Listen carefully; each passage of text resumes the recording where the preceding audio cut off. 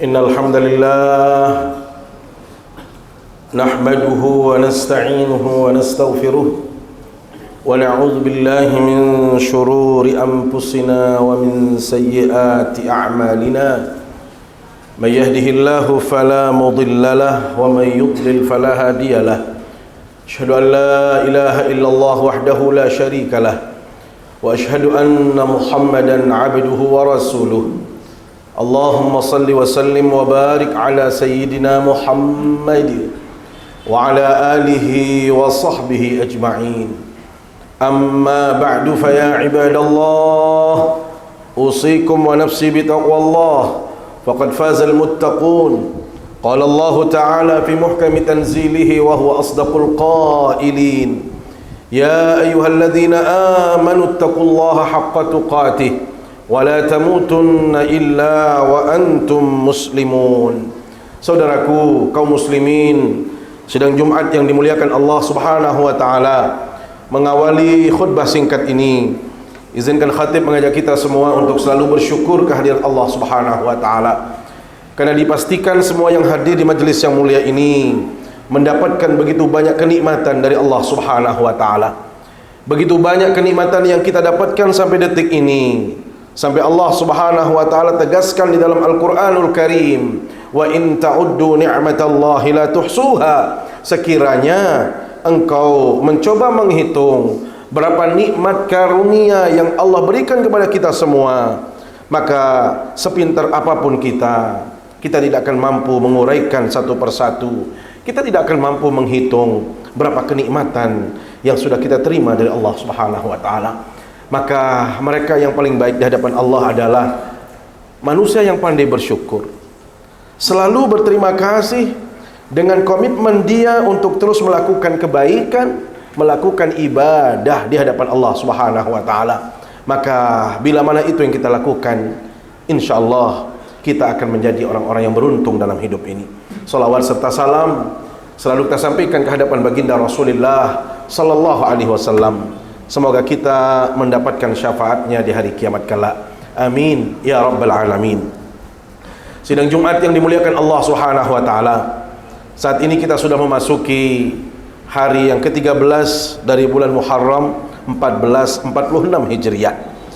Kita tahu hamdalillah, penanggalan dalam kalender Islam itu ditandai dengan hijrahnya Rasulullah sallallahu alaihi wasallam bersama para sahabat dari kota Mekah menuju Madinah. Sehingga mereka-mereka yang mendiami kota Mekah kemudian keluar dari kota Mekah menuju Madinah, itulah yang dikenal dengan muhajirin. Sedangkan mereka-mereka yang mendiami kota Madinah, mereka yang sudah beriman kepada Allah sebelumnya, itulah yang disebut dengan ansar. Hadirin yang dimuliakan Allah SWT, perlu kita belajar banyak dari orang-orang muhajirin dan ansar dalam kebaikan yang dia lakukan, dalam ibadah yang mereka hadirkan di hadapan Allah Subhanahu wa taala. Suatu ketika dalam riwayat yang disampaikan oleh Abu Hurairah radhiyallahu anhu, jaa fuqara'ul muhajirin ila Rasulillah sallallahu alaihi wasallam. Suatu ketika sekelompok orang-orang muhajirin yang disebutkan di dalam Al-Quran sebagai orang-orang yang miskin, fuqara, mereka-mereka yang fakir. Bahkan di dalam Al-Quran surat Al-Hasyr ayat 8, Allah Subhanahu wa taala tegaskan tentang orang-orang muhajirin ini, lil fuqara'il muhajirin alladzina ukhriju min diyarihim wa amwalihim yabtaghuna fadlan minallahi wa ridwana.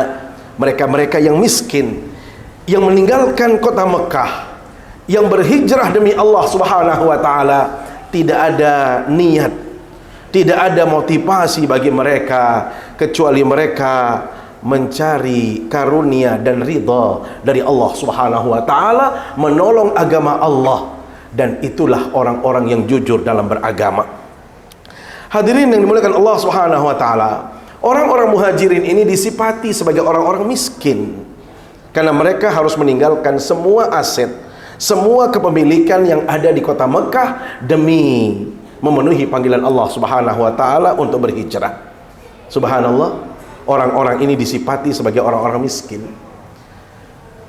Tetapi yang luar biasa di orang muhajirin adalah Dalam urusan kebaikan, dalam urusan amal saleh, mereka tidak mau ketinggalan dengan orang kaya. Masya Allah. Inilah pelajaran yang berharga. Boleh menjadi orang miskin, tetapi dia tidak miskin iman. Boleh dia menjadi orang yang tidak berpunya, tidak punya aset sekalipun, tetapi dia tidak ingin ketinggalan dengan orang-orang kaya dalam urusan amal saleh. Maka mereka mendatangi baginda Rasulullah SAW sampai mereka bertanya, "Ya Rasulullah, dhahaba ahlud dusur bil ujur wan na'imil muqim." Ya Rasulullah, alangkah nikmatnya menjadi orang kaya, alangkah enaknya menjadi orang kaya. Kenapa? Yusalluna kama nusalli wa nasumuna kama nasum wa yatasaddaquna bi fuduli amwalihim. Bagaimana tidak enak jadi orang kaya? Salatnya orang kaya dengan kami yang miskin itu sama ya Rasulullah. Zuhur 4 rakaat bagi mereka yang kaya. Tidak pernah kita mendengar karena Anda miskin diskon 50%. Itu nggak ada. Hal yang sama dengan puasa. Yasumuna kama nasum. Mereka berpuasa seperti kami orang miskin berpuasa, sehingga mereka berpuasanya sehari, kami juga seharian, sama. Tidak pernah ada diskon karena kami orang miskin sibuk mencari rezeki, dikasih 50% sampai siang hari saja. Itu tidak ada. Terus enaknya jadi orang kaya apa? Ini yang luar biasa dari orang kaya. Wa yatasaddaquna bi fuduli amwalihim. Mereka itu giliran sedekah tidak tanggung-tanggung. Mereka keluarkan harta terbaik yang mereka miliki. Subhanallah. Hadis ini sebenarnya panjang sekali, tetapi kami hentikan sampai di sini saja. Apa yang kita dapatkan dari percakapan singkat tadi, Allah, dari hadis yang kita disebutkan tadi? Pertama, kita menjumpai ada orang-orang miskin dalam hidup ini, tetapi mereka tidak mau ketinggalan dalam urusan kebaikan. Beda dengan kita saat ini, Allah. Banyak di antara kita yang miskin, tetapi kalau orang Sasak bilang, kebanyakan kita ini sombong jeleng, sudah miskin, tetapi ibadahnya Masya Allah jauh panggang dari api. Males ibadahnya luar biasa, sholatnya Masya Allah kadang-kadang tidak disiplin, ngajinya pun tidak, jamaahnya pun tidak, padahal sudah miskin. Bayangkan apa yang mereka harapkan nanti di hari kiamat. Kalau sudah kita miskin di dunia, ibadahnya pun kita miskin. Inilah orang-orang yang merugi dalam hidupnya. Seharusnya kita tahu diri miskin, kata Allah. Jangan mau kalah dalam urusan kebaikan.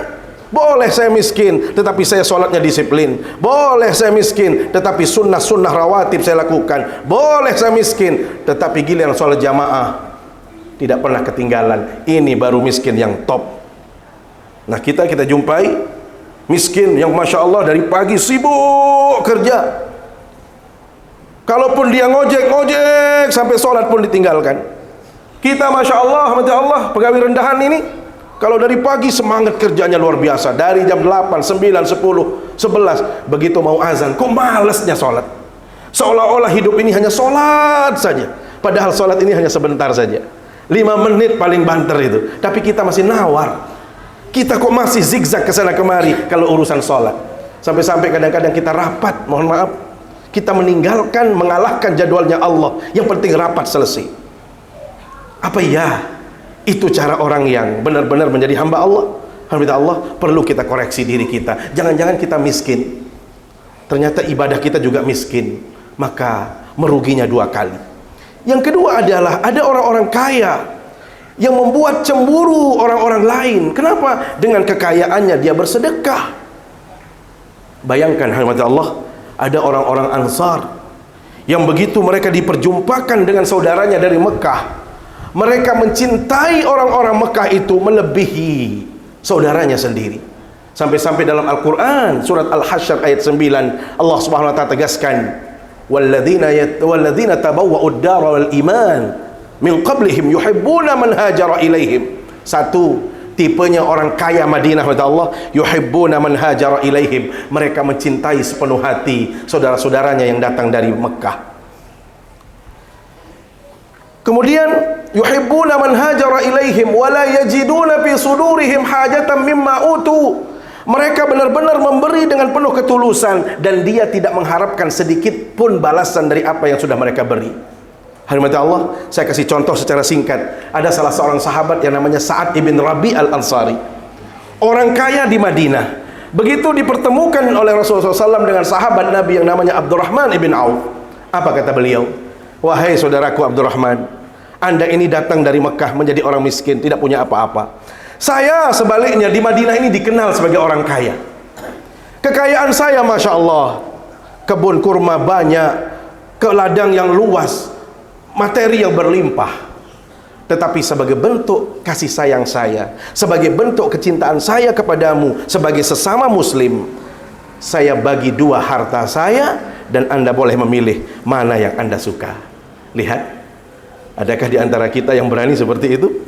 Memberi pilihan kepada saudaranya. Paling banter kalau kita itu bersedekah, memberi kalau ada bantuan kebakaran, banjir. Paling banter kita mengumpulkan baju bekas. Apa ya itu saudara kita? Kita sendiri tidak mau pakai baju itu. Orang yang sedang sekarat, orang yang sedang sakit, kok kita tega mengasihinya? Belum kita sampai derajat orang-orang Madinah yang bisa membagi dua harta yang mereka miliki. Bahkan disebutkan dalam Al-Quran, wa yu'thiruna ala anfusihim walau kana bihim khasasah. Mereka mendahulukan saudaranya, padahal dia lebih membutuhkan dari orang lain. Dia lebih butuh, tetapi masih memberikan kepada saudaranya. Maka inilah rahmat Allah yang bisa kita hadirkan. Semoga cerita dan tausiah singkat ini bisa menginspirasi kita. Paling tidak pilihan kita, boleh miskin, tetapi saya tidak miskin iman, tidak miskin ibadah. Boleh kaya, tetapi saya kekayaannya pun menjadikan saya lebih baik dan selalu memberikan bantuan kepada sesama. Barakallahu li wa lakum fil Qur'anil azim, wa nafa'ani wa iyyakum bima fihi minal ayati wa dzikril hakim, wa taqabbalallahu minni wa minkum tilawatah, innahu huwas samiul alim. Allahumma shalli ala Muhammad, Allahumma shalli ala sayyidina Muhammad, Allahumma shalli ala sayyidina wa nabiyyina wa habibina wa safina wa zuhrina ya Mustafa ya Maulana Muhammad, walhamdulillahi rabbil alamin. Alhamdulillahi rabbil alamin, wal aqibatu lil muttaqin wa la udwana illa 'alal zalimin. Asyhadu an la ilaha illallah wa asyhadu anna Muhammadan 'abduhu wa rasuluh. Allahumma salli wa sallim wa barik ala sayyidina Muhammad wa ala alihi wa sahbihi ajma'in. Amma ba'du, fa ya ibadallah, usikum wa nafsi bi taqwallah, faqad fazal muttaqun. Qala Allah ta'ala fi muhkami tanzilih wa huwa asdaqul qailin. Ya ayyuhalladzina amanu taqullaha haqqa tuqatih wa la tamutunna illa wa antum muslimun, wa'lamu anna Allah subhanahu wa ta'ala shalla ala nabiyhi qadima wa lam yazal qailan alima. Faqala ta'ala, inna Allah wa malaikatahu yusalluna ala nabi ya ayyuhalladzina amanu sallu alaihi wa sallimu taslima. اللهم اغفر للمسلمين والمسلمات والمؤمنين والمؤمنات الأحياء منهم والأموات إنك سميع قريب مجيب الدعوات وقاضي الحاجات. اللهم أعز الإسلام والمسلمين وأهلك الكفرة والمشركين أعداءك أعداء الدين ومن ولاهم يا رب العالمين. اللهم أصلح ولاة أمورنا ووفقه لما تحبه وترضاه برحمتك يا أرحم الراحمين. اللهم ادفع عنا البلاء والوباء والقحطاء والفحشاء والمحن والفتن ما ظهر منها وما بطن من بلدتنا إندونيسيا خاصة وجميع البلاد برحمتك يا أرحم الراحمين. ربنا آتنا في الدنيا حسنة وفي الآخرة حسنة وقنا عذاب النار. عباد الله، إن الله يأمر بالعدل والإحسان وإيتاء ذي القربى وينهى عن الفحشاء والمنكر والبغي يعظكم لعلكم تذكرون. فاذكروا الله يذكركم واشكروه على نعمه يزدكم ولذكر الله أكبر. أقيموا الصلاة.